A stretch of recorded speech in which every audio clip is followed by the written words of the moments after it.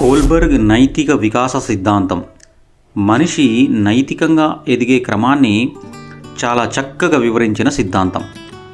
మంచి చెడుల మధ్య విచక్షణ పిల్లలు ఎలా తెలుసుకుంటారు, నైతిక విలువలు పిల్లలకు ఎలా అలవడతాయి అన్న విషయాల గురించి లోతుగా అధ్యయనం చేసి లారెన్స్ కోల్బర్గ్ ఈ సిద్ధాంతాన్ని రూపొందించాడు. ఇతడు హైన్స్. ఇతని భార్య తీవ్ర అనారోగ్యంతో బాధపడుతూ ఉంటుంది. ఆ రోగానికి మందు ఒక డాక్టర్ దగ్గర ఉంది. అతడు డాక్టర్ మాత్రమే కాదు, సైంటిస్ట్ కూడా. ఆ మందు అతడే కనిపెట్టాడు. ఆ డాక్టర్ ఆ మందును అమ్మడానికి సిద్ధపడతాడు. కానీ అంత డబ్బు హైన్స్ దగ్గర లేదు. అతడు ఆ మందును దొంగిలించాలనుకుంటాడు.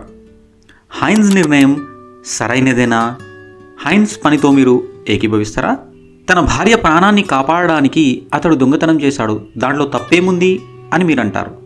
అయితే ఈ సన్నివేశాన్ని కాస్త నేను మారుస్తాను. ఆ మందు కోసం హైన్స్ ఆ డాక్టర్ను హత్య చేస్తే అప్పుడు కూడా మీరు అతన్ని సమర్థిస్తారా? లేదు కదా. ఇలా హైన్స్ డైలమా లాంటి అనేక రకాల సందిగ్ధ కల్పిత పరిస్థితుల్ని కోల్బర్గ్ సృష్టించి వాటిని 10 నుంచి 18 సంవత్సరాల వయస్సు గల పిల్లలకిచ్చి వివిధ రకాల ప్రశ్నల్ని సంధిస్తూ వాళ్ళిచ్చినటువంటి ప్రతిస్పందనలన్నింటినీ విశ్లేషించి క్రోడీకరించి లారెన్స్ కోల్బర్గ్ తన నైతిక వికాస సిద్ధాంతాన్ని రూపొందించాడు. స్థూలంగా ఈ సిద్ధాంతంలో 3 స్థాయిలుంటాయి. తిరిగి ప్రతి స్థాయిలో 2 దశలుంటాయి. ఆ రకంగా లారెన్స్ కోల్బర్గ్ తన నైతిక వికాస సిద్ధాంతాన్ని 3 స్థాయిలు 6 దశలతో రూపొందించాడు. దీని గురించి మనం ఒక సన్నివేశం ద్వారా అర్థం చేసుకోవడానికి ప్రయత్నం చేద్దాం. అది నిత్యం రద్దీగా ఉండే ఒక రోడ్డు. ఆ రోడ్డుపై ఒక పర్స్ పడింది. దాన్ని అరుణ్ చూశాడు. తీసుకుందామని అనుకునే లోపే అటువైపు పోలీస్ వచ్చాడు. పోలీస్కు భయపడి అరుణ్ పారిపోయాడు.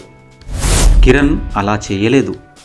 ఆ పర్సు తీసుకెళ్ళి పోలీస్ స్టేషన్లో అప్పజెప్తే తనకు బహుమతి ఇస్తారని ఆశపడి దాన్ని పోలీస్ స్టేషన్లో అప్పజెప్పాడు. అరుణ్ లాంటి పిల్లలు శారీరక దండనకు భయపడి విధేయత ప్రదర్శిస్తే, కిరణ్ లాంటి పిల్లలు నైతికతను ప్రదర్శిస్తే నాకేంటి లాభం, నాకేం దొరుకుతుంది అన్న స్వార్థంతో నైతికతను ప్రదర్శిస్తారు. అరుణ్, కిరణ్ ఇద్దరూ కూడా కోల్బర్గ్ వికాస సిద్ధాంతంలో మొదటి స్థాయి అయిన పూర్వ సాంప్రదాయ స్థాయి ప్రీ కన్వెన్షనల్ లెవెల్కు చెందిన పిల్లలు. దీంట్లో అరుణ్ కనబరిచిన నైతిక రీతిని శారీరక దండన, విధేయత, physical punishment and obedient orientation అని పిలుస్తారు. కిరణ్ ప్రదర్శించిన నైతిక వ్యూహంను సహజ సంతోష అనుసరణ లేదా సాధనోపయోగ నైతిక రీతి లేదా ఇంగ్లీష్లో నేవీ ఓరియంటేషన్గా పిలుస్తారు. ఈ సిద్ధాంతాన్ని ఇంకాస్త ఎలాబరేట్ చేద్దామా? ఓకే. సీత అనే అమ్మాయి ఇతరుల దృష్టిలో మంచి బాలికగా పేరు తెచ్చుకుందామని ఆ పర్సును ఎవరైతే పోగొట్టుకున్నారో ఆ వ్యక్తి ఇంటికెళ్ళి మరీ అప్పజెప్పి వచ్చింది. గీత అనే అమ్మాయి ఒక లా స్టూడెంట్. ఈ అమ్మాయి చట్టం, శాసనాలకు లోబడి నడుచుకోవాలి, అప్పుడే సోషల్ ఆర్డర్ మెయింటైన్ చేయబడుతుంది అని గట్టిగా నమ్మే వ్యక్తి. చట్టానికి లోబడి ఆ పర్సు ఎవరికి చెందిందో వారికే అప్పజెప్పాలన్న విజ్ఞత ఉన్న అమ్మాయి గీత. ఇక్కడ సీత మరియు గీత ఇద్దరూ కూడా కోల్బర్గ్ నైతిక వికాసంలో 2వ స్థాయి అయిన సాంప్రదాయ స్థాయి కన్వెన్షనల్ లెవెల్కు చెందిన పిల్లలు.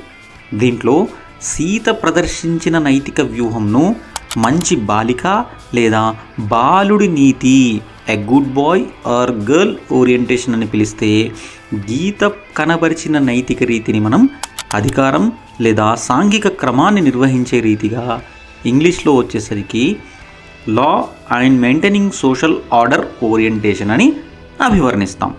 మనం నైతికంగా ఇంకా పైమెట్టులో ఉన్న వ్యక్తుల ఉదాహరణలు తీసుకొని ఈ సిద్ధాంతాన్ని మరింతగా విస్తరిద్దాం. స్వామి ఒక సామాజిక ఉద్యమకారుడు.